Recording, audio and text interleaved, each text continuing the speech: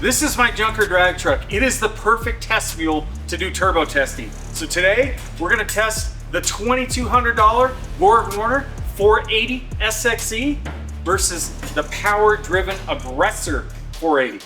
Big difference, we got a nice modern billet wheel in here, a much smaller scroll for better packaging in the engine bay, but can this little cheap turbo hang with the big dog Borg Warner? Let's throw it on the dyno and see. This is my 95 junker drag truck. I've had this forever. The whole purpose of this build was horsepower for as cheap as possible. Looks like Meyer's getting the final gauges set up here. Meyer, what are you hooking up there? It's like an Interstage boost gauge? Yep, so this is your Interstage boost, where we're gonna be monitoring that. That is your pressure in between your turbos. And then we have total boost pressure over there. We've got your drive pressure, so that's your exhaust manifold pressure.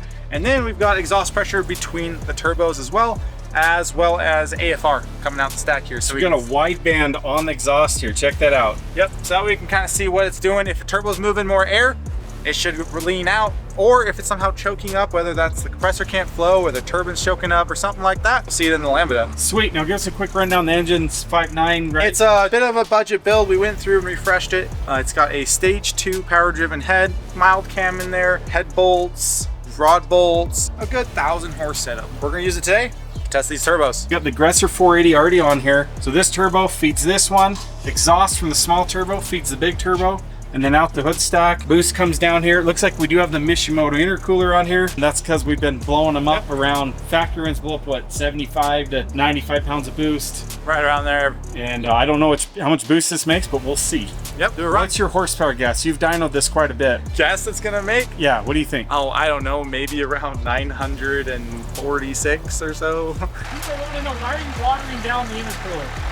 Because the intercooler takes a lot of heat out of the intake, and if it's any kind of warm, it's a bad run, so we always stoke it down. That way it's a consistent temperature through every run.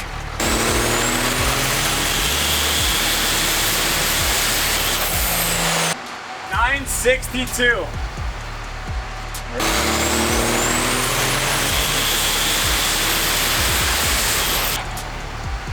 $963. What was the other one? Was it 966 or 67? So yeah, consistent. It's pretty consistent. That's pretty darn good. I mean, that's less than 1%. I mean, it's way less than 1%.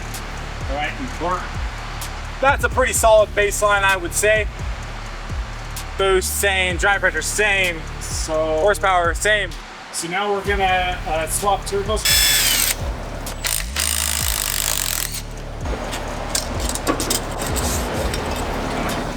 That pipe you just put in there, that's what we've got to use with the Borg. Yep. And there's about 1.5 inches, 2 inch difference almost. Yeah, probably about 1.5 inches right there. I can say on my tow truck, I have this one. Why? Because first of all, I don't have $2,000 to spend on a charger. And second of all, working in your engine bay is inevitable on your tow truck. You're gonna be servicing it. And I don't wanna have to deal with that long cover in order to make it all fit. On the note of how much more compact it is, check this out. We got the PDD Aggressor versus the Borg Warner on this side. Look at the height difference of these guys. It's not a lot, it's probably like 3/4 of an inch, but when you're trying to get that fit in an over-under setup, especially when the big charger is on top, you're trying to fight putting the compressor cover far enough back to where you can get around the oil filter, but your exhaust housing has to be further enough forward to where you can get an elbow on it and you snake it down out of the engine bay. And so that 3/4 of an inch shorter or so makes a big difference. Also, just pimping out our drain flanges here. Instead of having a gasket, we got an O-ring. We've probably reused this one about 12 times with different chargers, different testing on this turbo or on this truck.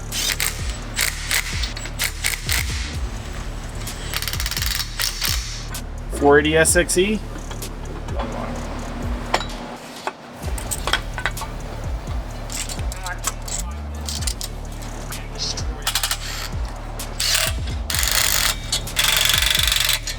Okay, Meyer, first startup, what do we got here? Well, soft-ended screwdriver, you just kind of hold the wheel over. On these atmosphere chargers, this is a very simple task.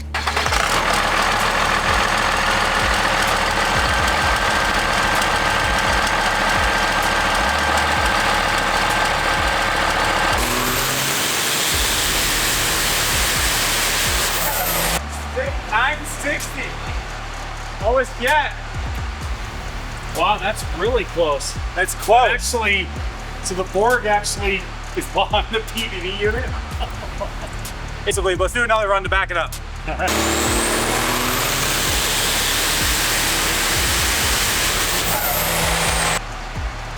964, picked up 4 horsepower. So they're neck to neck. Let's compare the 2 last runs here. Yeah, I mean, that's pretty darn consistent here.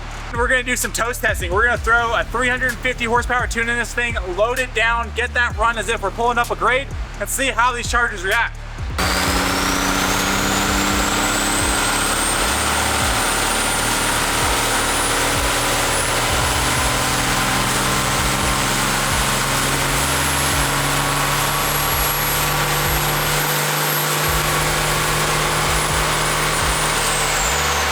So we'll do that same thing with the power driven turbo, slap that thing back on.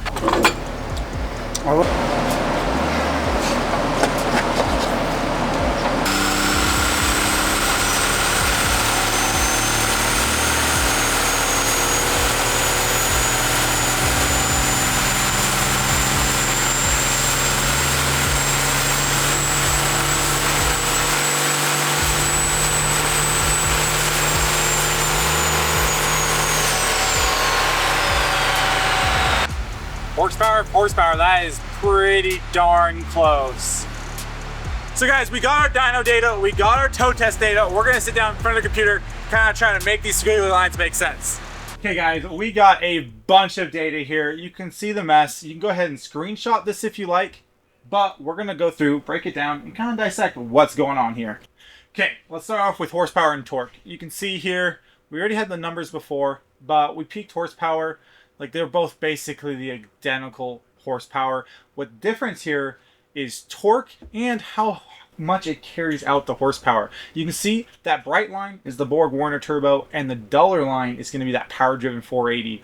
And you can see the Borg Warner 480 came up a little bit faster, made peak torque a little bit sooner, and then faded off there towards the end. And so that's pretty, like, if you read a turbo test book, you can, like, that's straight out of it. So that 11 blade wheel does better at harnessing energy and applying energy at lower flow, lower speeds, lower incoming air speed, because all those extra blades, it gives it more leverage on the air per se. Whereas that 7+7 wheel that is in the PDD charger, there's less blade and more room for air to come in. So at that high RPM, high flow, all out type situation, it's able to do better. And here it looks like we only got a little bit better, but remember, we're having to combat the fact that we have a tighter housing.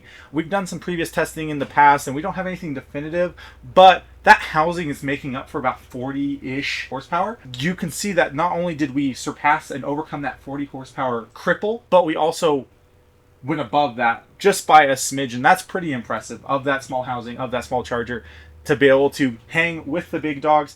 Obviously 10 blade turbine, or sorry, that 10 blade compressor is doing a really good job right here, but like, they're both very similar chargers the rest of the way through the graph. It's just that that 10 blade was able to get going a little earlier. So we can now pull up boost and drive pressure and kind of see what those are doing and see if this all makes sense. Okay, pulling it up, blue is boost, red is drive. That makes sense. You can see boost came up a little bit faster, and so did drive. They came up together. That makes sense. That's kind of what you'd expect.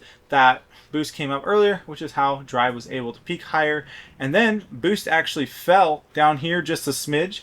I mean, you can see that's only like half a psi, but it's enough to make that difference there. And then drive pressure was, you know, pretty similar. Boost was pretty similar the whole way. It's one thing that's always interesting is drive pressure is never as stated. Boost is pretty generic as long as it's cool, which when you go put it through an intercooler, it's generally, especially on a short run like this, it doesn't really matter too much. But you look at drive and you're like, oh, that's 92 psi. Theoretically, if 92 psi is always going to be more than 91 psi. But something we have found time and time again on the dyno is when we measure drive pressure, we're measuring average drive pressure. Okay, we're assuming drive pressure during a run is doing this. What really happens in the dynamic effects of the engine is that valve is opening and there's a big rush exhaust pulse hitting the turbine trying to get out. Then the valve closes, and now you have like stagnant air, at least in that one cylinder, and they're all doing their own thing, but you have stagnant air. Well, when we measure this, we're measuring that average. So obviously drive pressure is doing up and down, up and down. All we're measuring is the average. And so even though it looks like drive pressure is identical, we can basically guarantee, just based on the fact that there is a little bit more horsepower, and when we look at the Lambda here in a sec, we'll see that it's leaner, which means that the average is very similar, but that spike when the exhaust is actually trying to make it out of the valve is indeed lower. It's able to get it out. There's a lot of things that come to effect there, but that's why you always have to take drive pressure with a grain of salt. But regardless, you can kind of see what's going on here. Peak boost ended up at around 64 pounds of boost on either charger, and then drive pressure peaked all the way over here at 95 on the PDD charger and 96.3 on the Borg Warner charger. But otherwise, other than this little like meat of the graph here from that Borg Warner just coming in, they look pretty darn similar the rest of the way out. So that's pretty cool. Let's bring in Interstage.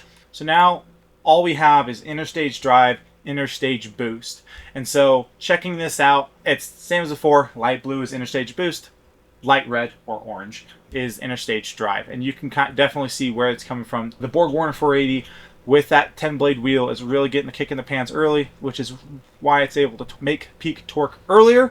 And then out here, it's actually kind of deceiving because it doesn't look like it's choking. Normally when a charger chokes, drive pressure is going up 2-to-1, where you'll get a 6-pound boost increase, but you're getting a 12-pound drive increase. This doesn't show that, but that extra restriction in the Interstage drive or in your hot pipe seems to be causing restrictions in the manifold as well, which even though it's making more boost to compensate, it just doesn't seem to be penciling out. So this is actually pretty interesting. When you're looking at Interstage boost, almost always it peaks right here at the end, and this has nothing to do with the chargers, but I want to just go over it because I always think it's fascinating. You can see boost starts to fall off, but Interstage boost climbs. Why does it climb right when you let off? Well, think about it. That manifold charger, you let out, no more fuel's going in the cylinder. That means the manifold charger loses its drive. It stops sucking the air out of your atmosphere charger. Well, that atmosphere charger still has a big old hot pipe that's a big pressure tank that is feeding that atmosphere charger, in this case the 480, and so it's still doing its job even though the manifold charger has lost its drive. And so what that does is that results in a momentary spike right when you let off, because you stop sucking the air out of the atmosphere charger, but that atmosphere charger is still working, trying to compress more. It's a very brief thing. If you were to graph this the rest of the way, you'd see it come up and then go down. But let's just say it's like right here-ish. We peaked Interstage boost. Borg Warner did 40.7 and Power Driven did 39.4. So we got half a PSI right there. Let's look at that same spot there. We picked up 48.8 versus 50.6, and so that's probably where it's also not carrying as well, because that's a pretty big increase in drive for a very little increase in boost. Peak drive pressure over here though was 52 Interstage and on the Borg and 49.79 on the Power Driven charger. We're nitpicking here, but they're both stacking up pretty evenly. The Borg Warner definitely seems to do a little bit better at that low flow situation, but we'll go back and we'll actually look at that further here in a bit. If you don't know, exhaust gas temperature is extremely hard to show on the dyno. Trying to come to the window with the exact same heat, exact same everything every single time. I mean, you guys know, you let your truck idle in the morning, it's idling at 250-degree exhaust gas temperature. You get off the highway after doing a pull, if you have to pull over for some reason, your exhaust gas temperature is sitting at 600. Like, that's a huge swing. So trying to start each and every run, since heat soak is such a factor, at the exact same exhaust gas temperature is really hard. We normally do it when we do this testing, we watch oil temperature and we watch intercooler temperature. And those are your two temperatures we're watching and monitoring to decide when it's ready to do another run. Exhaust gas temperature is just, we try to do our best, but it's hard to nail. But looking at these runs, we are coming into the run at 842 on the Borg and 830 on the Power Driven charger. So really that's a 12-degree difference. But going in, you can see that solid, that bright line, that is the Borg turbo.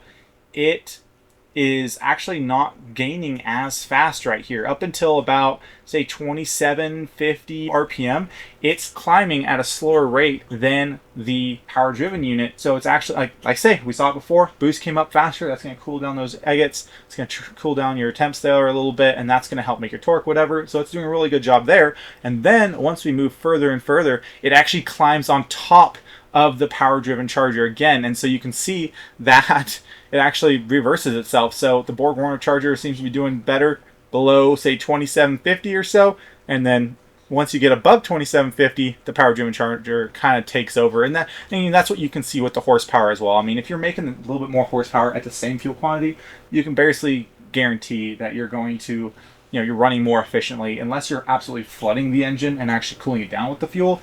Then you get some weird dynamics, but with this, we're not at the air to fuel ratio to achieve that. So we ended the run at 1496 on the Borg and 1481 on the power driven unit. They started and ended about the same delta, but they did some crisscrossing in the middle there, and that's pretty cool. Just look at Lambda before we go. So this guy right here, it makes sense.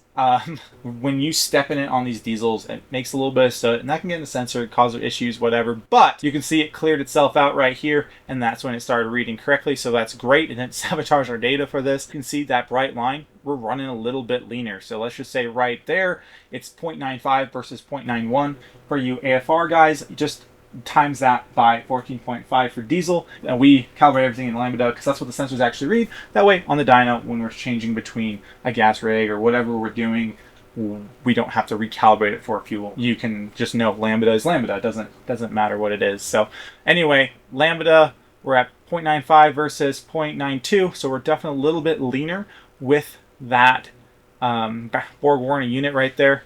Then they merge right there around, say, 3,000-ish. And then that power driven unit is a little bit leaner, and the Borg Warner unit gets a little thick right there. And so that's, again, just showing that we're moving a little bit less air with that Borg unit. And so we're going to be making a little bit less power, which we're seeing, a little bit higher EGTs, which we're seeing, and we're running a little bit richer. So it's cool to be able to see the data back up the numbers. I mean, we could see a 10 horsepower swing and be like, oh, we picked that 10 horsepower, but if the data didn't really back up why, then we're like, okay, what's going on? Why did that happen? But the fact that, I mean, everything is kind of agreeing with what we're seeing, it's pretty cool. Quick Cliff Notes version of that is the Borg Warner is moving good air at low flow, but that PDD wheel is doing a really good job. And remember, this is a small housing it's having to overcome. 40 horsepower are so disadvantaged that it's running against, but it's able to actually perform and slightly outperform that Borg Warner wheel up top. We'll go ahead and pull up the tow testing runs we're going to do, or that we did, and we're going to kind of see how they compare with that. Okay, here we go. So this is a tow test. We load this thing down like it's tall in a trailer. This is like in total about a 30-second run. A lot's going on here. Computer really struggles actually pulling this up because there's so many data points, but we'll work through it. And you can kind of see here, I mean, spool up everything in this type test because it's loaded hard enough. You don't really notice a difference. Once again, bright line is the Borg Warner, dull line's the power driven, and then yellow is torque, green is horsepower. It's basically identical. See, we have some anomalies here, but these are the most comparable because it is hard to try to be super consistent. And honestly, the fact that there's differences out here, the problem was because this run is so long, there's so much heat soak. And so trying to, like, we spray down everything, we watch intercooler temps before the run, we spray down everything with water to try to get it as even as possible. But I mean, just simply the amount of water in the intercooler that's left over from spraying it could affect the heat soak at that point. And so really, we know we need intake air temp sensor on the trucks. That's something we're working on. It needs to happen at some point. But either way, arguably the Borg Warner unit is a little bit better over here. But we'll go in, look at the data, see what it says. You can see the Borg Warner unit picked up about 2.2 pounds of boost right there. And it picked up about 1.8 pounds of drive. So it is doing a little bit better at those low flow situations. And then out here, the Borg Warner unit's up 1.2 PSI boost. It's actually down half a PSI in drive. So arguably, it is a little bit better in this towing situation. Let's look at EGTs. And these are my favorite. When you start doing a tow test with a good truck, a good setup, and a good set of compounds, my favorite part of this is that while you're spooling it, you're getting a little hot. We hit the run here at 811 degrees, or 837 on the Borg, 811 on the power driven, and then they come over here and they get pretty pretty warm here at 1,004 and 1,005 degrees, and then they cool back off. And that's always so satisfying to me, because the fact that they're cooling off, I mean, you guys know, when you're towing or you're doing whatever with your truck, once the EGTs are hot, it's really hard to cool them down without letting off. So the fact that this setup is so capable and so competent that it can just cool off your temperatures as it's making 330 horsepower, it's pretty cool. And that just means that like it's a good running setup. It's going to tow great. You'll be able to sustain loads. Going up grades, the only thing you have to worry about is your cooling system, because 350 horsepower, I mean, that's what my old 12 valve, the tow tune, was in it, and it towed really, really well. I mean, it's a very competent setup to just, you know, tow like an open deck trailer with that truck or something. Anyway, moving on. They did end up peaking all the way over here. The Borg Warner was down about 17 degrees. One thing I will notice, the main thing I'm grasping from this graph here with the EGTs, is that I was looking at it earlier. When you look at the point where they crest and then start to go back down, the Borg Warner unit started to come back down about 40 RPM before the power driven unit. So it would arguably say that the Borg Warner unit has about 40 RPM more usable towing RPM. It would be a really good towing charger. We'll show Interstage boost, because, you know, why not? Let's look at total boost and Interstage boost. Yeah, you can see that Interstage is we're at 15 PSI at the very end there versus 13.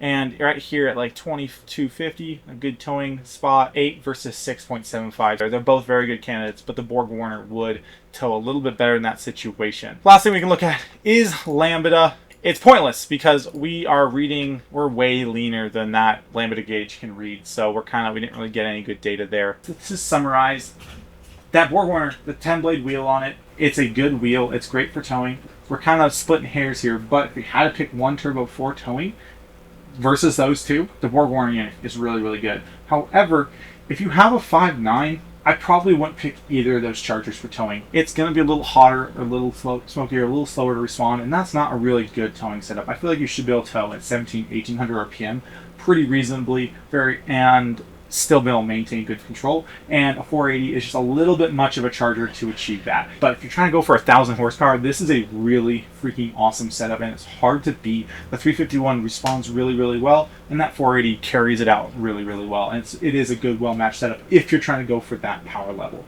I mean, if you had a 6.7, realistically, either charger would be great. 6.7 is plenty enough. The other aspect to all this is the packaging. I think we talked about it before, but trying to fit that big old cover in your engine bay and be able to still keep your passenger side battery, being able to change your filter easily, being able to service the truck, anything like that, that big cover, it's longer, it's bigger, it's harder to deal with. The Borg Warner is not a bad option. Like, it is an expensive option, but it's not a bad option. The power driven unit, it is a smaller cover, and so it fits a lot better. Like my tow truck, it's got a power driven unit, because it's got 360 thrust, so it's going to be more reliable. It fits better. I don't have to like struggle on it when I'm trying to work on it. It has plenty of room to work on. Either charger is very capable. I will say, like, it is so cool to see the power driven turbo is able to really hold its own against an outclassed charger. Like, it is pretty darn impressive. And we have tested